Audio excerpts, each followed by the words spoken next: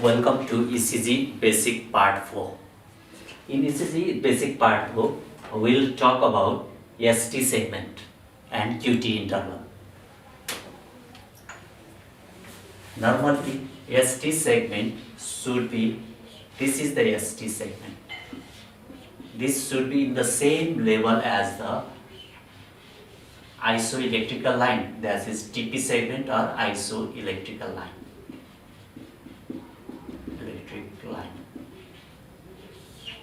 This is ST segment, this is normal ST segment. ST segment should be in the same level as the isoelectric line.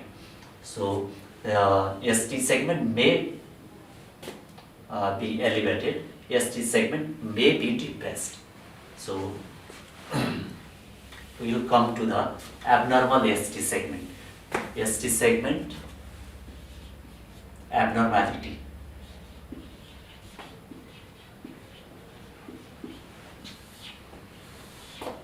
ST segment elevation may occur, depression may occur.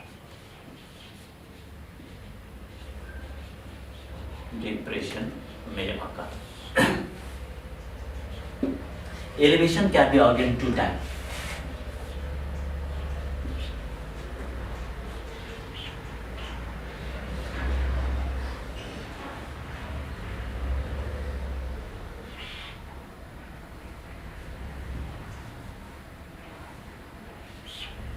This is concave upward. Concave upward, yes. Concave upward, ST elevation. And another is convex upward. Convex upward. Looks like P, Q, R, S. This is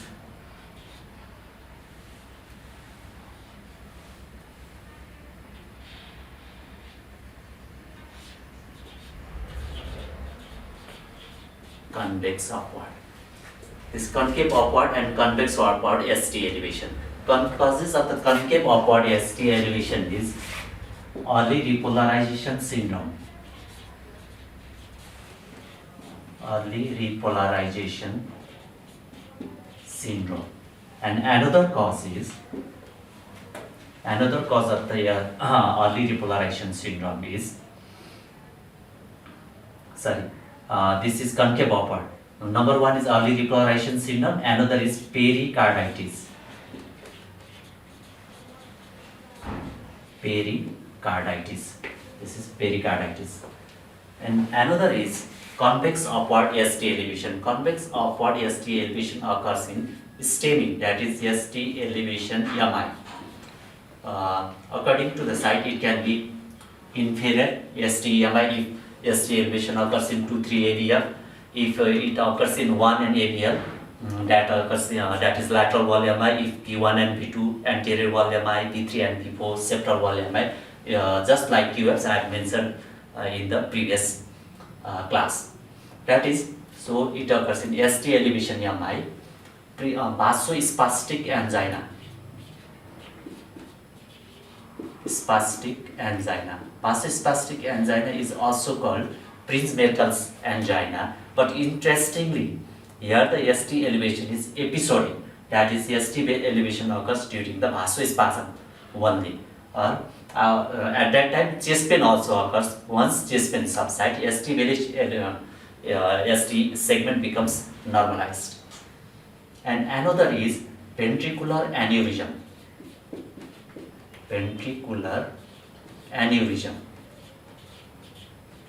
It is one of the mechanical complication, that is late complication of myocardial infarction.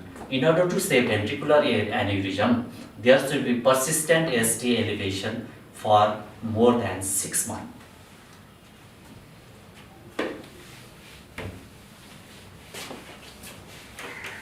Now come to the causes of the ST depression. That ST depression may be again 3 types: down sloping,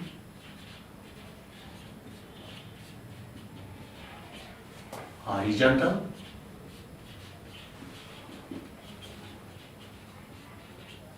or upsloping.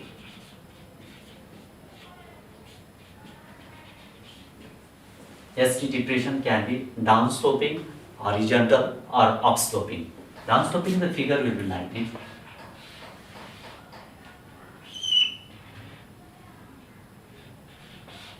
See that the ST segment looks like reverse tick.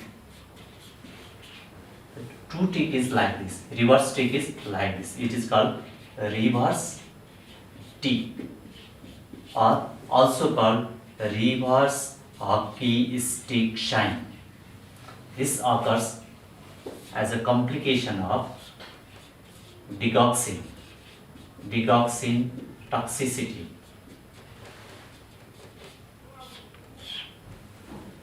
Downsloping ST segment occurs in case of digoxin toxicity. Also, this is called reverse stick sign or reverse hockey stick sign. Another is horizontal. Horizontal ST depression. The figure will be like this: P Q R S T. This is horizontal, and it can occur in myocardial ischemia. Myocardial ischemia. And sometimes there may be upsloping ST depression.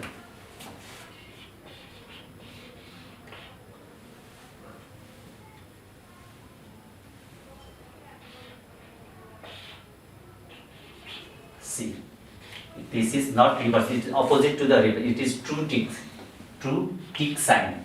This occurs in case of quinidine adverse effect, quinidine effect. Draw QIN. It occurs as the side effect of the quinidine. So this is all regarding the ST segment depression and ST segment elevation. Now we will talk about the QT interval.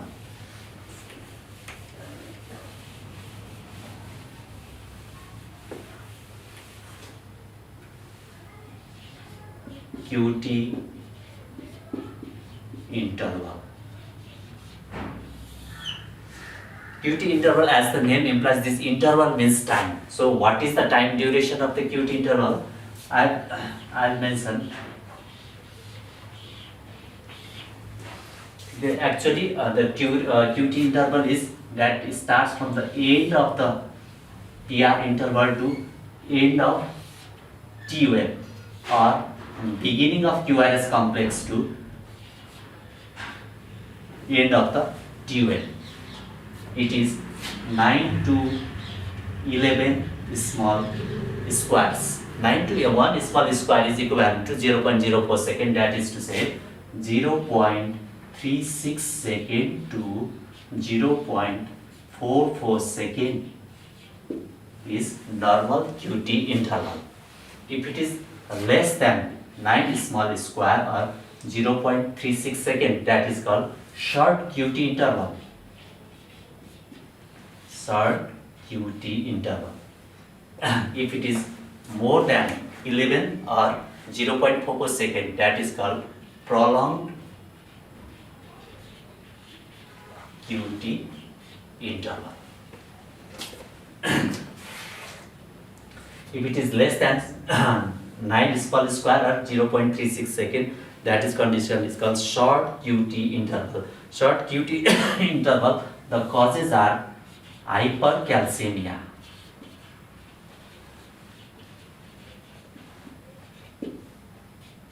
digoxin side effect. Hypercalcemia, digoxin side effect, and it can occur in hyperthermia,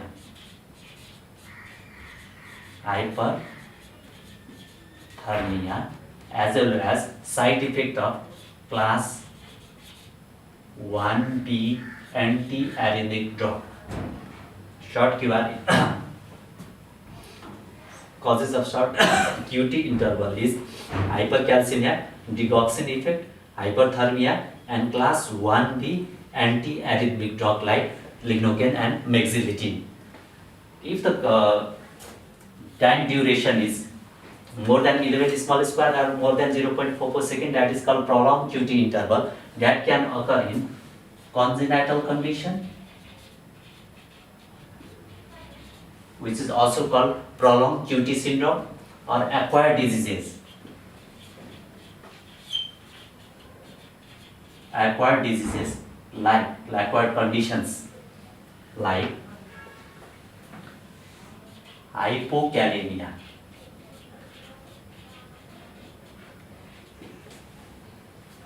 hypocalcemia,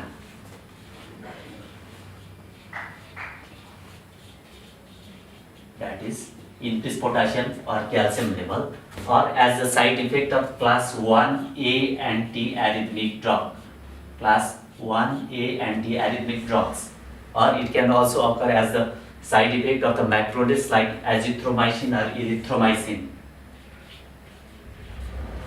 Erythromycin or azithromycin also. These drugs also can cause the prolonged QT syndrome.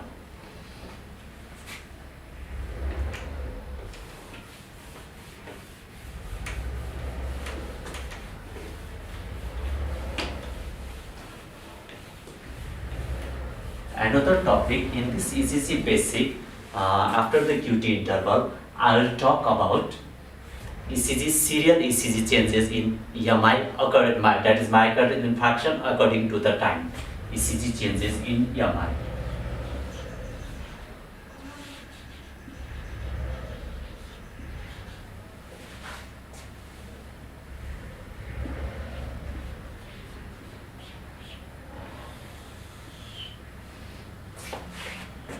That is in ST elevation EMI. First, there will be tall tube.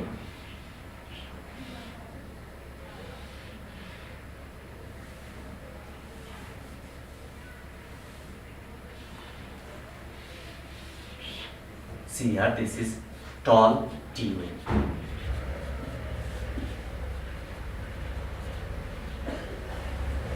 The second changes will be ST elevation.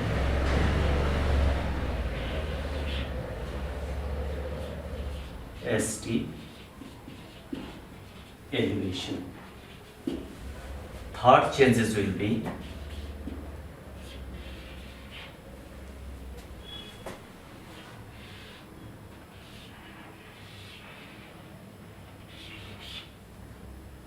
T-wave inversion.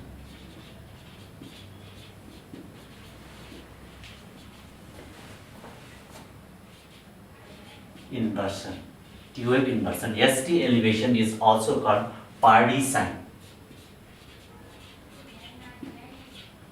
Pardy's sign.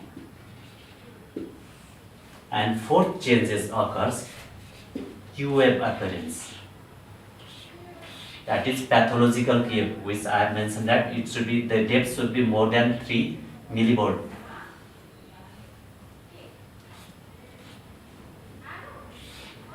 Pathological Q.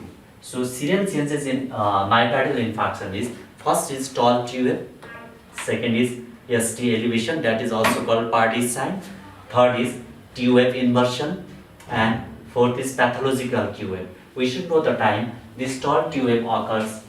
That is, tall T-wave means T-wave, it may be more than the height of the airway. Normally it should be less than the height of the preceding airway, so it may occur within minutes. Within minutes. And ST elevation occurs within 2 to 3 hours. 2 to 3 hours. ST elevation may occur within 2 to 3 hours. Occur within minutes. Tall T-wave occurs within minutes. ST elevation occurs within 2 to 3 hours. T-wave occurs within 8 to 12 hours. 8 to 12 hours. 8 to 12 hours. And pathological Q-wave occurs within 1 to 2 days. 1 to 2 days.